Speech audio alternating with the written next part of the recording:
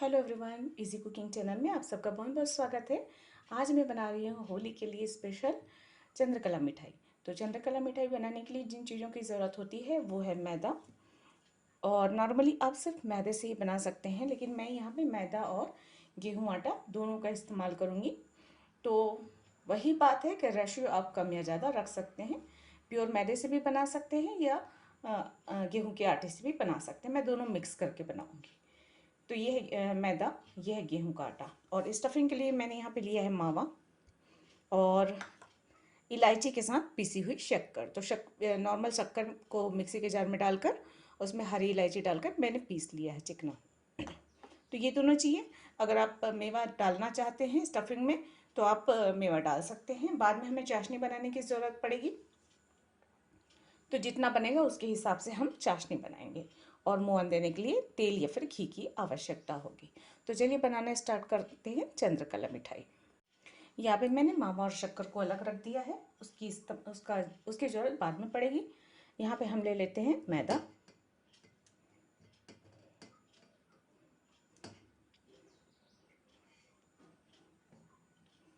ये मैंने छान कर लिया हुआ है, छान कर रख लिया है।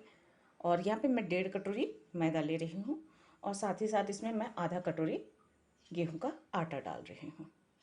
तो आप प्योर मैदे से भी बना सकते हैं और इस तरह से भी बना सकते हैं। सॉरी।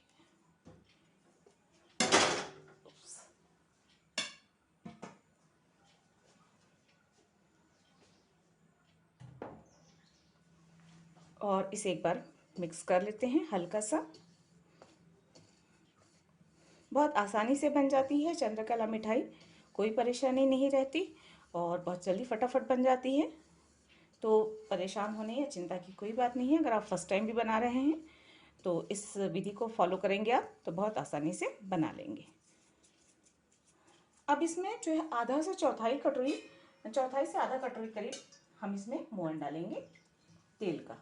आप चाहे तो तेल की जगह घी का इस्तेमाल भी कर सकते हैं।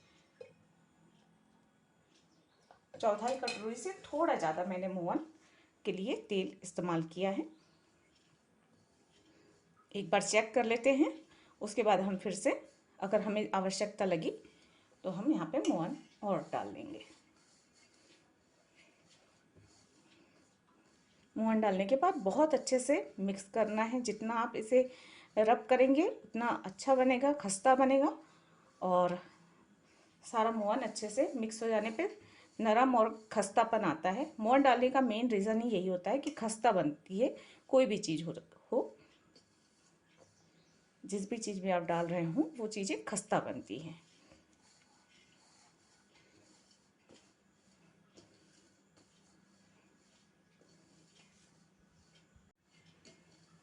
मोहन लगाने के लिए सबसे बेस्ट तरीका तो ये होता है कि ये दोनों हाथों के बीच में रख कर इस तरह से रब किया जाए तो बहुत अच्छे से सारे आटे में मोहन लग जाता है।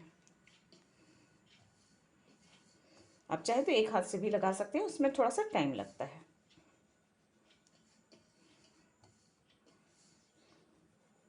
और देख सकते हैं जब मैं मोहन इस तरह से दबा कर रही हूँ तो ये जो है पूरा पीस जो है एक लड्डू जैसा बन जा रहा है।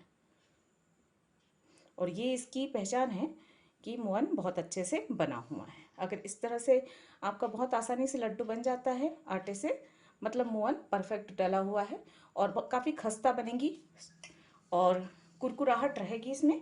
कुरकुरे बनते हैं इसमें, खस्तापन आता है, नरम बनता है।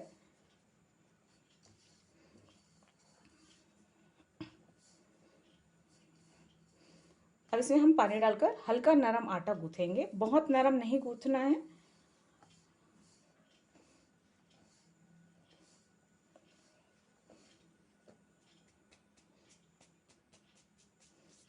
हाथ झाड़ लेते हैं, उसके बाद हम इसे आटा गूँथना शुरू कर। तो थोड़ा थोड़ा करके पानी डालकर हम इसका नरम आटा गूँथेंगे। मैंने जिस कटोरी में आटा लिया था उसी कटोरी में मैंने पानी लिया है, 1 कटोरी, लगभग 1 कटोरी है। थोड़ा सा एक चावल के साइज़ का कमी है। देखते हैं कितना पानी लगेगा, उससे आप लोगों को भी अंदाज़ा हो जाएगा कि पानी कितना डालना है और आटा हमें कितना नरम बनाना है।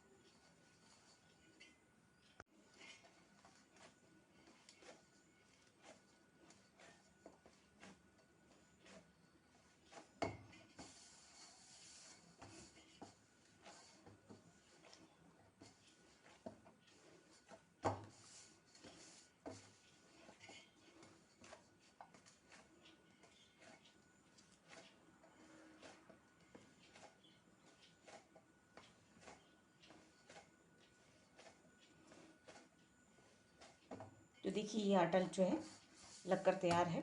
आप देख सकते हैं ये कितना सॉफ्ट है। बहुत ज़्यादा कड़ा नहीं रखना है और ना ही बहुत ज़्यादा सॉफ्ट रखना है। आई होप ये आटा देखकर आपको समझ में आ रहा होगा कि कितना नरम हमने बनाया है। और पानी की बात कहूँ तो पौन कटोरी पानी लगा। मैंने 1 कटोरी जो लिया था पानी, उसमें भी थोड़ा सा 2 चम्मच करीब पानी बच गया है। तो पौन कटोरी पानी लगा है इसको बनाने में।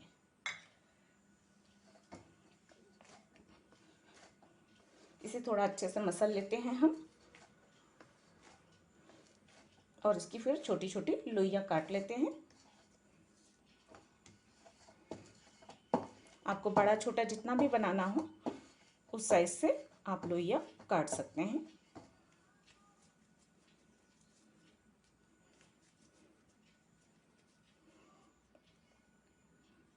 ये देखिए मैं इस तरह से छोटे छोटे कट कर रही हूँ। ये भी थोड़ा सा बड़ा हो गया क्योंकि 2 पूड़ियों से 1 बनेगा, इसलिए बहुत छोटा छोटा ज़रूरत पड़ता है। लोइयाँ बहुत छोटी बनाने की ज़रूरत पड़ती है। आप चाहें तो अलग अलग बेल लीजिए, आप चाहें तो एक बड़ी सी पूड़ी बेल कर जो है उसे किसी ढक्कन या सांचे की मदद से काट लीजिए, तो भी आप कर सकते हैं। तो ये मैं सारा कट कर लेती हूँ। पहले सारी लोइयाँ काटने के बाद इस तरह से राउंड कर करके इन्हें चपटा कर लेंगे ताकि बेलने में आसानी हो।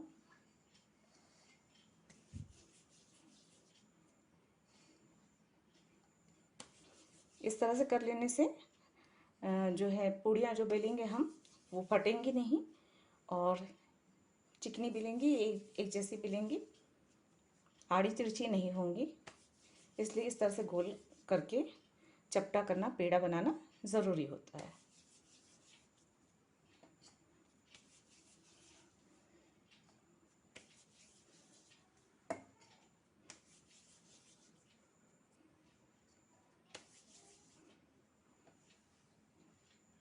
इन लोइयों को हम किनारे कर देते हैं। अब हम जो है खोआ और शक्कर को मिक्स कर लेते हैं।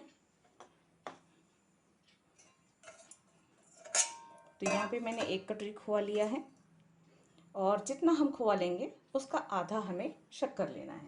आप शक्कर चाहे पिसा हुआ इस्तेमाल करें, चाहे दानेदार इस्तेमाल करें, ये आपकी अपनी इच्छा है। तो यहाँ पे मैंने 1 कटोरी मावा लिया था, आप देख सकते हैं। तो इसमें मैंने आधा कटोरी पाउडर शुगर इस्तेमाल किया है। ये घर पर ही मिक्सी में पीसा है इलायची के साथ, मतलब आधी कटोरी में 5-6 इलायची डालकर मैंने इसे पीस लिया है। अब इसे खूब अच्छे से मिक्स कर लेते हैं। अगर आप चाहें तो यहाँ पर स्टफिंग में कोई भी सा अपनी पसंद का मेवा या फिर नारियल आप डाल सकते हैं, नारियल का चूरा डाल सकते हैं, जो भी आपको पसंद हो। स्टफिंग आपको जैसी पसंद हो वैसी आप बना सकते हैं।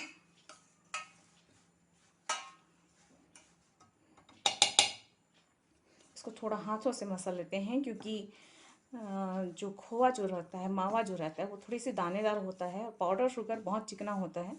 तो दोनों अच्छे से मिक्स हो जाए, इसके लिए ज़रूरी है कि खूब अच्छे से इसे हाथों से मसल लिया जाए।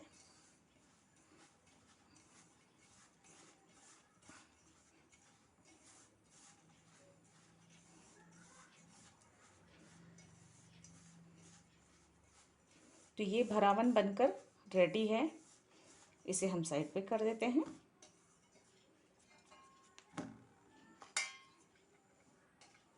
और अब लोइयों से पूड़ियाँ बनाना शुरू करते हैं। तो यहाँ पे इस तरह से एक पेड़ा लेंगे और इसे बेलेंगे हम। बहुत पतला नहीं बेलना है हमें, थोड़ा सा मीडियम ही बेलना है, क्योंकि अगर बहुत ज़्यादा पतला बेलते हैं तो फटने का और मावा के बाहर आ जाने का डर रहता है।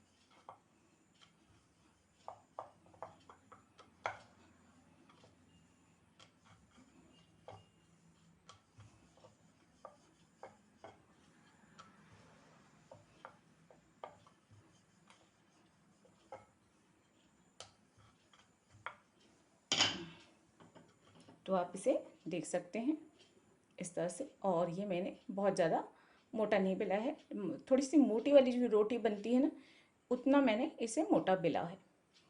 और इसे इस तरह से रख देते हैं। सारे हम बेल लेते हैं। ऐसे ही छोटी छोटी पूड़ियाँ बनानी है हमें। पहले बहुत सारी बना लेते हैं, उसके बाद हम स्टफ करेंगे उसको।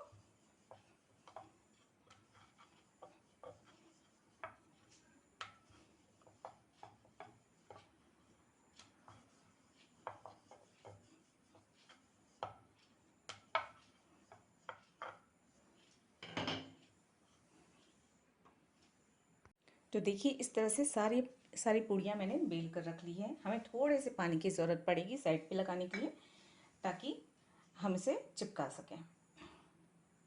और बस एक पूड़ी उठाना है हमें, और मैं इसे साइड पे रख देती हूँ इस तरफ, क्योंकि गिरेगा वरना। और इसके किनारों पर हम थोड़ा सा पानी, बहुत हल्का सा उंगली में टच करके इस तरह से हम चारों तरफ पानी लगा देंगे।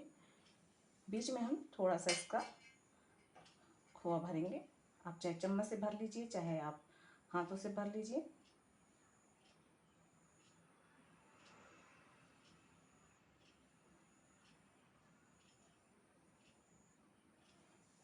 ये देखिए मैंने बीच में थोड़ा सा खोआ रख लिया है, जो भी स्टफिंग आप रखना चाहते हैं।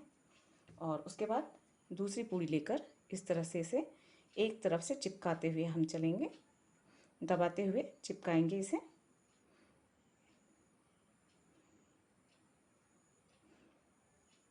मावा भरते समय ध्यान रखिएगा कि जिस एरिया में हमने पानी लगाया है उस एरिया में मावा ना आए, नहीं तो अच्छे से चिपकेगा नहीं। और बस इसे अच्छे से दबा लेते हैं और इसे हम इस तरह से घोट लेते हैं। थोड़ा सा पतला करेंगे दबाकर और इस तरह से मोड़ते जाएंगे, ट्विस्ट करते जाना है। तो बड़ा सुंदर से इसकी डिज़ाइन बन जाएगी। इसकी जो पारंपरिक डिज़ाइन रहती है ये इसी तरह से बनती है, वरना आप चाहें तो कांटे की मदद से भी इसमें निशान लगा सकते हैं, कट्स लगा सकते हैं।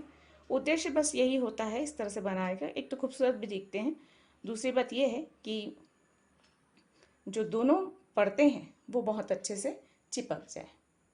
तो ये देखिए ये पूरी तरह से बनकर रेडी है।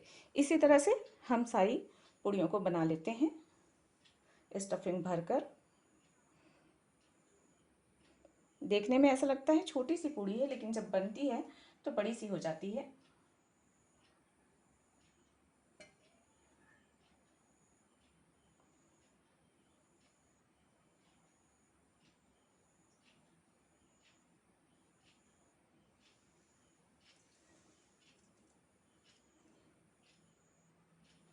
बस एक तरफ से इसे इस तरह से चिपकाते हुए चलते हैं।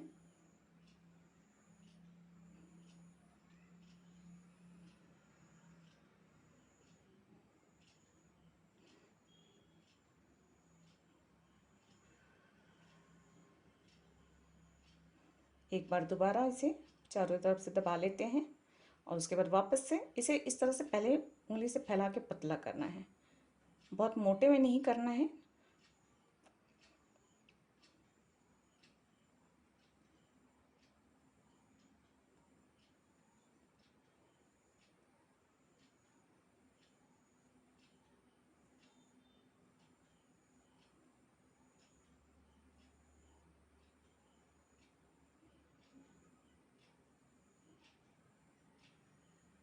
ये देखिए लास्ट पॉइंट को इस तरह से दबा देते हैं, तो ये बनकर रेडी हो गई। इसी तरह हम बाकी सारा कुछ बना लेते हैं। और साथ ही साथ मैंने कढ़ाई में तेल डाल दिया है। आप तेल या घी जिसमें भी तलना चाहते हैं डाल लीजिए और उसे धीमी आंच पे चढ़ा दीजिए। तो मैं गैस को धीमी आंच पे चालू कर देती हूँ। तो जब तक हम इसे बनाकर तैयार करेंगे, बहुत सारा नहीं, 4 5 6 जितने भी एक बार में तल सकते हैं उतना हम पहले भरेंगे। और जब तक तलेगा तब तक तो हम दूसरा बैच तैयार कर लेंगे। तो इसे मैं पहले कर लेती हूँ। तो देखिए इस तरह से मैंने इतने बना के रख लिए हैं, 8 9 हैं। और जब तक ये तलकर सिक जाएंगे तब तक बाकी के भी बन जाएंगे। मैंने गैस पे तेल चढ़ा दिया है गर्म होने के लिए। तो चलिए देख लेते हैं तेल गर्म हुआ है या नहीं। तो देखिए हमने गैस पर कढ़ाई में तेल डालकर रख लिया है और ये गर्म हुआ है या नहीं चेक कर लेते हैं। हाँ, ये हो चुका है गर्म। बहुत ज़्यादा गर्म नहीं करना है हमें, मीडियम आंच रहनी चाहिए। और फ्लेम को भी मैंने मीडियम रखा हुआ है। बहुत तेज़ आंच पे हम अगर इसे तलते हैं तो ऊपर जो है गोल्डन कलर आ जाएगा या जल जाएगा और अंदर कच्चा रह जाएगा। तो इसलिए हमें मीडियम हीट पे ही इसे बनाना है।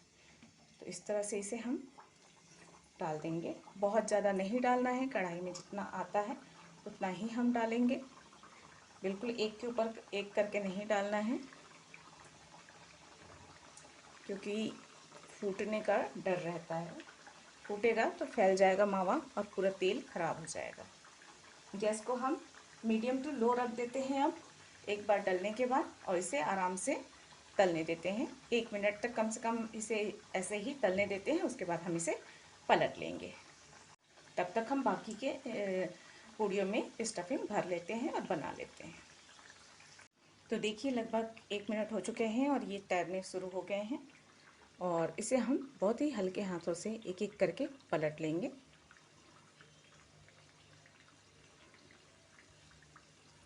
इनको बहुत हल्के हाथों से ही पलटना चाहिए, हड़बड़ी नहीं करनी है, क्योंकि अगर इसमें जोर पड़ता है तो फट जाता है और मावा जो है तेल में फैल जाता है, जिससे इसका पूरा ख़राब हो जाता है तेल। मतलब शक्कर पूरे की वजह से काले काले हो जाते हैं और ऊपर इसके ऊपर भी काले चिपक जाते हैं शक्कर जलकर, तो वो बिल्कुल भी अच्छा नहीं लगता। इसे इसी स्टेज पे हम आराम से फिर से 1 मिनट तलने देते हैं, सिकने देते हैं।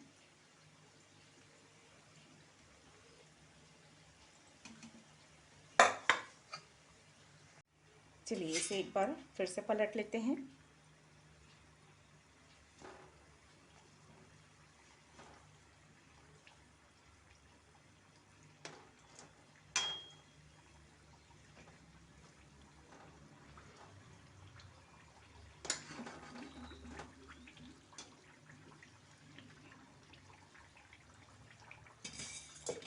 और इसे पकने देते हैं।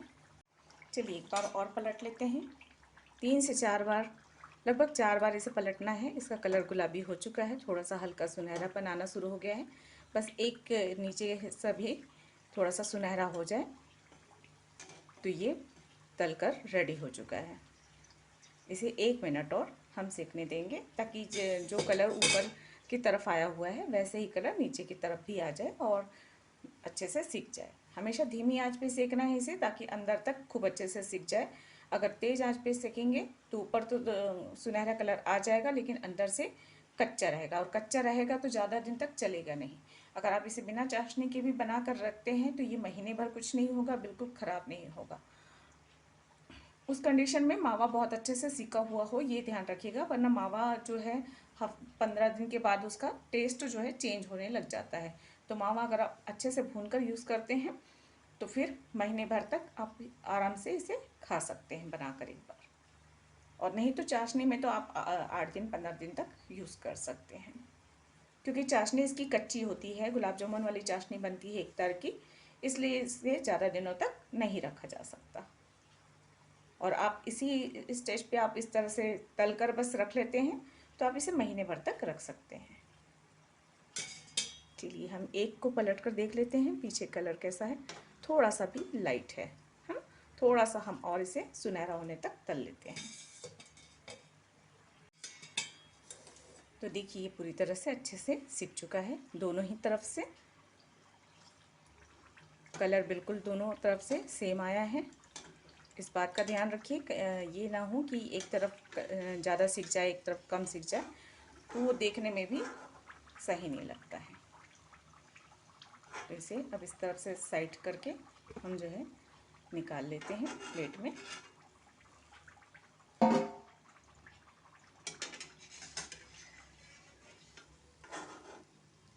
और यहाँ पे मैं गैस को थोड़ा सा बढ़ा देती हूँ फ्लेम को, क्योंकि मुझे अब नेक्स्ट वेज भी इसमें डालना है, तो थोड़ा सा गर्म हो जाए।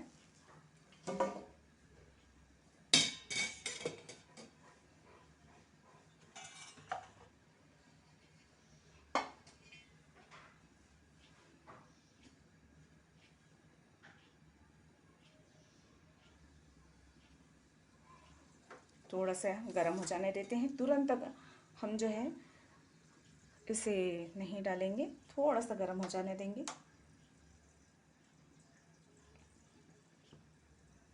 गर्म तेल में डालने पर अंदर जो है तेल सूखता नहीं है, मतलब पीता नहीं है कोई भी चीज़, तो वो एक अच्छा फ़ायदा होता है, नहीं तो अंदर तेल भर जाता है।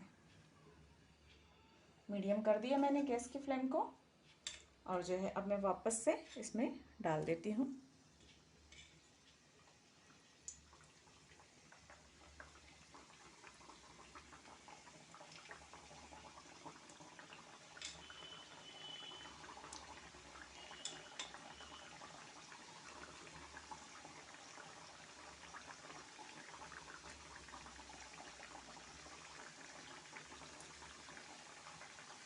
और जितने बचे हैं उसे मैं वापस से भर लेती हूँ।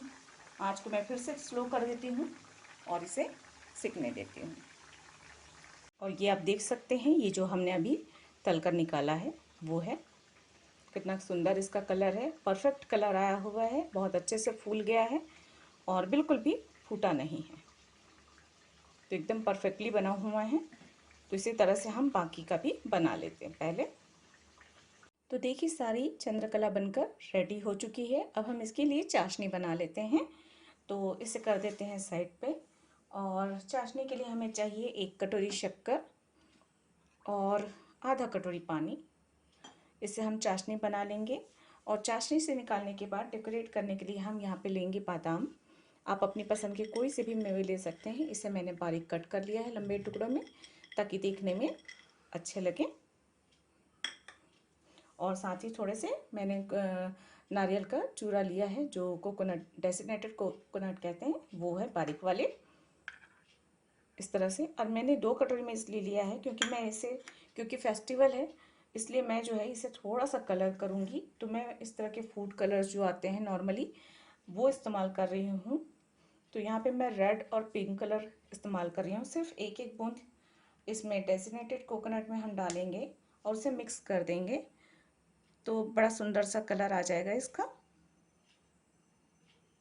क्योंकि फेस्टिवल है, रंगों का त्यौहार है, तो थोड़े से मिठाइयों में भी रंग दिखें तो अच्छा लगेगा। तो इस तरह से इसे अच्छे से मिक्स कर लेते हैं हम। चलिए मैं इसे अच्छे से मिक्स कर लेती हूँ, उसके बाद आपको दिखाती हूँ। तो देखिए मैंने डेसिनेटेड कोकोनट में थोड़ा थोड़ा सा कलर, फूड कलर डालकर इसे कलरफुल बना लिया है डेकोरेशन के लिए। ये लिक्विड फूड कलर है, इसमें बिल्कुल भी कड़वाहट नहीं रहती। जो नॉर्मली केक वगैरह डेकोरेशन के लिए काम आता है, ये वही कलर है। तो इस तरह से मैंने 4 कलर तैयार कर लिए हैं, गुलाबी, हरा और पीला और नीला। तो रंगों का त्यौहार है, थोड़े से अच्छे लगेंगे, कलरफुल लगेंगे मिठाई जो है, इसलिए इस तरह से मैंने तैयार कर लिए। चलिए हम सबसे पहले अब चाशनी बना लेते हैं। तो यहाँ पे मैंने गैस पे चढ़ा दी है कढ़ाई, और इसमें हम डाल देते हैं आधी कटोरी पानी, और साथ में हम डालते हैं 1 कटोरी शक्कर।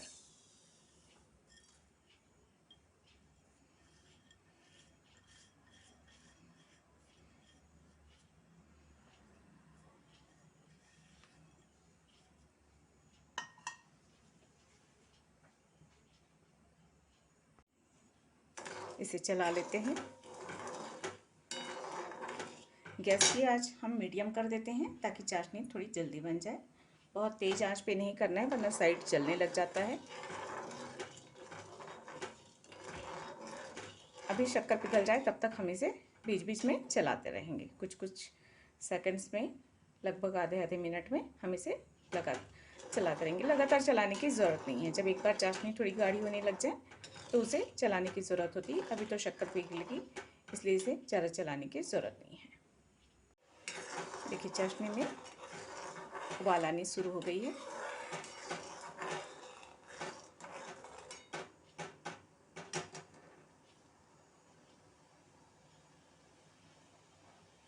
मार्केट में जो चंद्रकला मिलती है उसकी चाशनी बहुत पतली रहती है और चिपचिपी, जब हाथ में आप उसे पकड़ते चिपचिपी सी महसूस होती है। तो हम थोड़ी सी उससे कड़क चाशनी बनाएंगे, ताकि हाथ में चिपके नहीं और चिपचिपी सी ना लगे।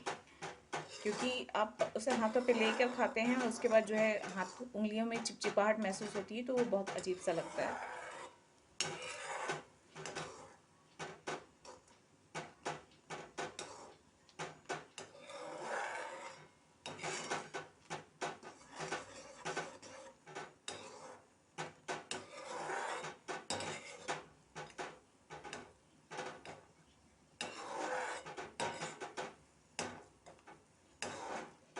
शक्कर पूरी तरह से घुल चुका है, तो एक बार हम चाशनी की सफाई कर लेते हैं।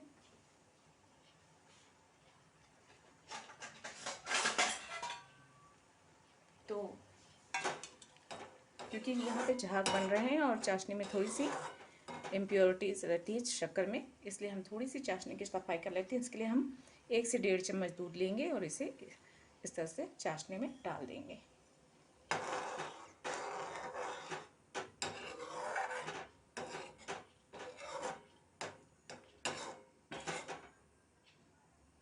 उबाल आ जाने देते हैं और जैसे ही उबाल आएगी चाशनी शक्कर की सारी इम्प्योरिटीज़ जो है झाग के रूप में ऊपर आ जाएगी और हम उसे बाहर निकाल लेंगे। इससे चाशनी जो है एकदम क्लियर हो जाती है।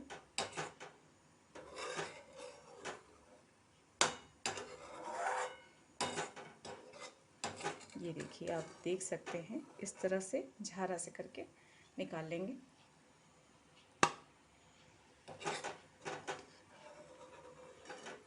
साइड साइड पे आते जाएंगे, ऊपर के झाग को हम निकालते जाएंगे। इससे चाशनी जो है एकदम क्लियर हो जाएगा।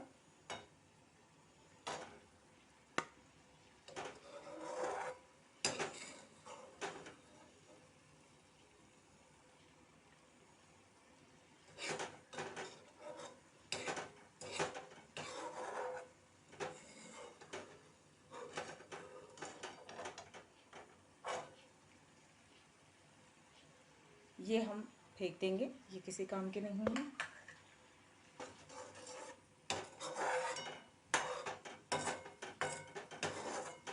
थोड़ी और रह गई है और ऊपर आ गई है, इसे भी मैं निकाल लूँ।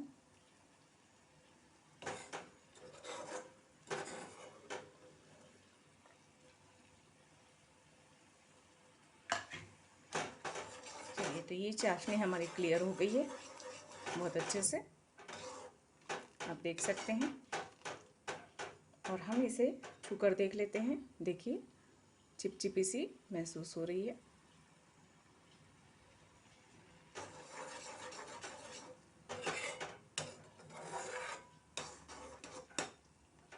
और इस तरह से जब हम इसे गिराते हैं तो आखिर में हल्की सी एक जो है तार बनता हुआ महसूस होगा आपको।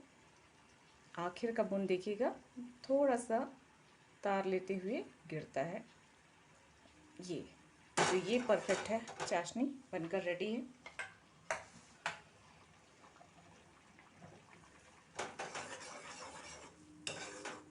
और इसकी दूसरी निशानी ये है, क्योंकि मैं इसे थोड़ा सा सूखा बनाना चाहती हूँ, इसलिए मैंने थोड़ी सी कड़क बनाई है इस चाशनी को। और इसकी दूसरी निशानी ये है कि साइड पे जो चाशनियाँ लगी हुई हैं वो वाइट वाइट शक्कर की तरह दिखने लग जाएंगी, आप देख सकते हैं। तो ये एक निशानी होती है कि आपकी चाशनी जो है सूखने पर जो है जम जाएगी शक्कर की तरह, उससे चिपचिपी नहीं होगी। तो चलिए इसे हम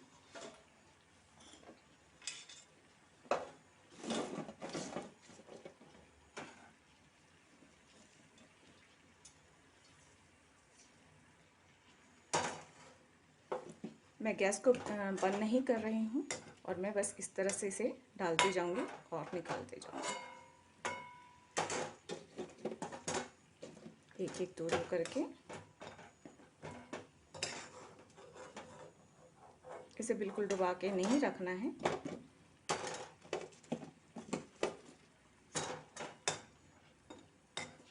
और इस तरह से कड़क चाशनी आप बनाते हैं तो ये आराम से आप 15 दिन 20 दिन महीने भर बना कर रख लीजिए, ये बिल्कुल भी ख़राब नहीं होंगे। और अगर आपने पतली वाली चाशनी गुलाब जामुन वाली चाशनी में बनाई तो आपको इसे जल्दी ख़त्म करना होगा।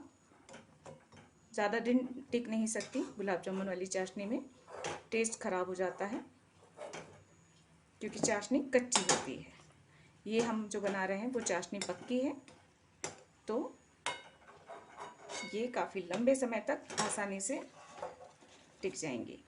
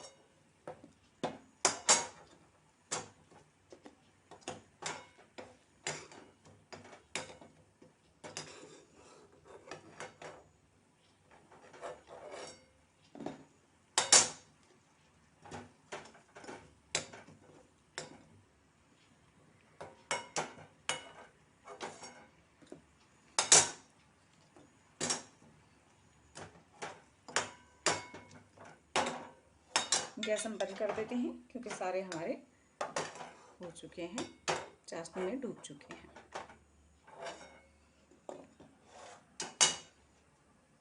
तो देखिए सारे हमने निकाल लिए हैं और बस इसे हम डेकोरेट कर देते हैं थोड़े थोड़े से कलरफुल डेसिनेटेड कोकोनट डालकर। आप जैसे चाहें वैसे डाल सकते हैं।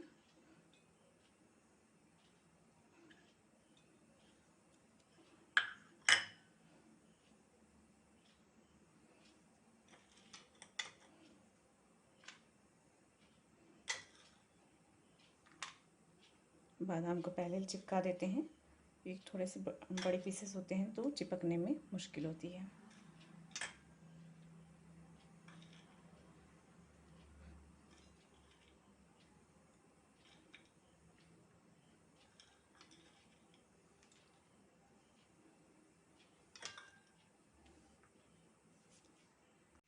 तो देखिए इस तरह से रंगों वाली हमारी चंद्रकला बनकर रेडी है, जो देखने में खूबसूरत है, खाने में बहुत स्वादिष्ट है, सॉफ्ट है, नरम है और बहुत ही मज़ेदार है।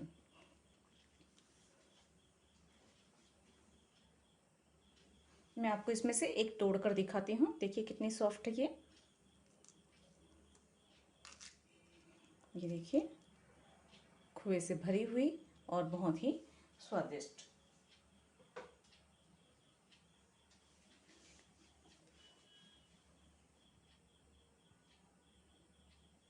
तो आई होप इस होली आप ज़रूर से इस तरह से चंद्रकला बनाकर ट्राई करेंगे। और ये एक पारंपरिक मिठाई है जिसे हमने कुछ कलर्स डालकर कुछ यूनिक बना दिया है, जो बच्चों को देखने में बहुत अच्छी लगेगी और खाने में भी बहुत मज़ा आएगा इसे।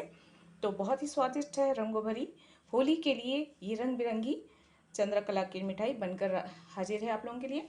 तो ये रेसिपी अगर पसंद आई है तो प्लीज़ लाइक करें, शेयर करें, सब्सक्राइब करें मेरे चैनल को और कमेंट करके ज़रूर बताएं कि कैसी लगी ये रेसिपी आप लोगों को।